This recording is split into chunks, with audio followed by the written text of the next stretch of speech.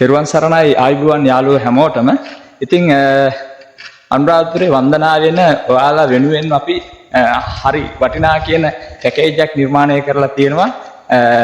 කෝච්චියෙන් bus එකෙන් අනුරාධපුරේ වන්දනා වෙන ඔයාලට රුපියල් 3500 වගේ මුදලකට අනුරාධපුර සම්පූර්ණ සවාරියක්. සාමාන්‍යයෙන් ස්ථාන 15කට වැඩි සවාරියක් කියලා තමයි අපි කියන්නේ.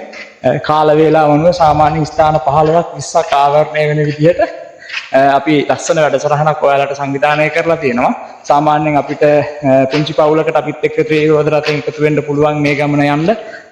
පිරිස වැඩි නම් ත්‍රිරෝද රථ කීපයක් වුණත් අපිට ලැහැත්ති කරලා දෙන්න පුළුවන්. ඒ විදිහට තමයි අපි වැඩසටහන සංවිධානය කරලා තියෙන්නේ. ඉතින් මේ විදිහටම අපේ කට්ටියක් එක්ක ආපු ටුවර් එකකදී ඔයාලට පුංචි දැනුවත් කිරීමක් කරන්න තමයි මම ගත්තේ. චුට්ටක් පෙන්නන්නම් ඔයාලට අනුරාධපුරේ බලන්න තියෙන තවත් ලස්සන තැනක් අබේගිරි දානශාලාව. මේ තියෙන්නේ අබේගිරි දානශාලාව.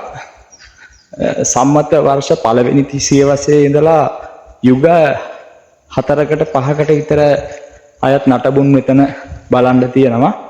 ඉතින් අපි පළවෙනි සතවර්ෂ වෙනකොටත් බුෆේ සිස්ටම් එකකට දානේ ගන්නවා මෙතන. එතකොට අපි ඒක මේ විදේශ රටකින් ගත්ත දෙයක් නෙමෙයි.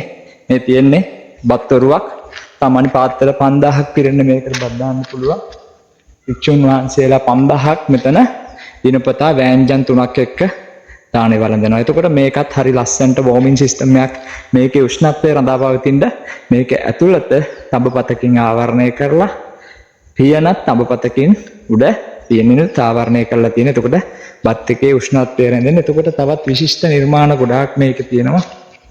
අපි ස්වාමින් වහන්සේලා දානේ වළඳන වෙලාව බලා ගන්න ඕනේ, කාලය බලා ගන්න ඕනේ. සාමාන්‍යයෙන් අපි 12ට කලින් දානේ වළඳන්න ඕනේ. එතකොට මෙතන තියෙනවා මේ ඉර එළිය උපයෝගී කරගෙන ඉරේ හෙවණැල්ල වැටෙන විදිහට වෙලාව ගණනය කරන්න කාල හෝරාව බලන්න ඔරලෝසුවක් මෙතන තියෙනවා. මේක ඔරිජිනල් ඔරලෝසුව මේ මියුසියම් එකේ තියෙන්නේ. නමුත් දැන් ඔයාලට බලන්න පුළුවන් මේකේ අනුරුවක්. ඒ වගේම තමයි මේ අබේගිරි ව්‍යාපෘතිය ඇතුළත සම්පූර්ණයෙන්ම ලස්සන ජලය බෙදා හැරීමේ ක්‍රමවේදයක් තියෙනවා. එතකොට මේ තියෙන්නේ අබේගිරි ව්‍යාපෘතිය ඇතුළත මේ දානශාලාවට ජලය බෙදෙන්න බෙදා හරින්න උපයෝගී කරගත්ත ගල් කාණු පද්ධතිය.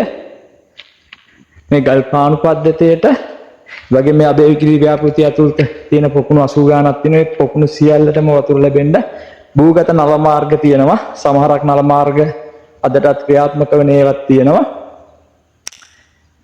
මේ තියෙන දානශාලාවේ දන් පිළ භික්ෂුත්වයෙන් ජ්‍යෙෂ්ඨ භික්ෂුන් වහන්සේලා මෙතන ඉඳගෙන දානේ වළඳනවා. අනිත් භික්ෂුන් වහන්සේලා උන්වහන්සේලාගේ දානය අර්පණ ගිහිල්ලා උන්වහන්සේලාගේ ආවාස කුටි වලට ගිහිල්ලා දානේ වළඳනවා. ඊට අමතරව මෙතන බලන්න පුළුවන් තවත් විශිෂ්ට නිර්මාණ කීපයක් මේ තියෙන්නේ. 5000ක් භික්ෂුන් වහන්සේලාට දානේ ලැහැත්ති කරනවා කියන්නේ ලේසි පහසු වැඩක් නෙමෙයිනේ. මේ තියෙන කුරහංගලක්. එතකොට සාමාන්‍ය කුරහංගල වගේ නෙමෙයි. සාමාන්‍ය අපි දැකලා තියෙන කුරහංගල බිම ඉඳගෙන නැත්තම් පුටුවක බංකුවක වාඩි වෙලානේ අඹරන්න තියෙන්නේ. මේක එහෙම නෙමෙයි.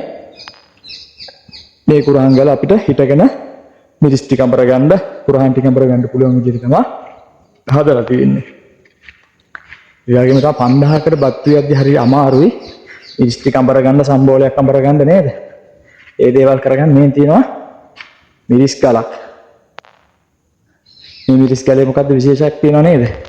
මේ මිරිස් ගල ආයාසයන් දෙකක් යොදන්න නැහැ. ඉදිරියට සහ පසුපසට ආයාසයන් දෙකක් යොදන්න නැහැ. ඉදිරියට ආයාසයෙන් තල්ලු කිරීමක් විතරයි කරන්නේ. නිරායාසයෙන්ම පල්ලෙහාට එනවා. ඉතින් ඒ වගේ මේකේ විශේෂ දේවල් ගොඩාක් බලන්න තියෙනවා.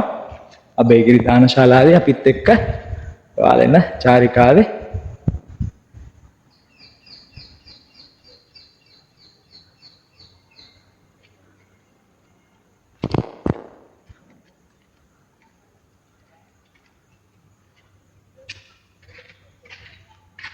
හරි ළමයි ඊළඟට ඉතින් මයිත් එක්ක ආපු කට්ටියත් එක්ක ඊළඟ තැනට යන්න වෙලාව හරි. ඒ හින්දා වීඩියෝ එක නවත්තන්නම්. ඕක කට්ටියන්ටත් පුළුවන් එකතු වෙන්න අපිත් එක්ක. ලංකාවේ පළවෙනි රාජධානිය රජරට අනුරාධපුර රාජධානිය. ඉතින් ඔය කට්ටිය දැකලා තියෙන ලස්සන තැන්, ඔයාලා කට්ටිය දැකලා නැති තැන්, ඒ වගේ සුන්දරත්වයේ විඳ ගන්න ඉතිහාස කතා, ජනප්‍රවාද කතා මොනවද කියලා දැනගන්න.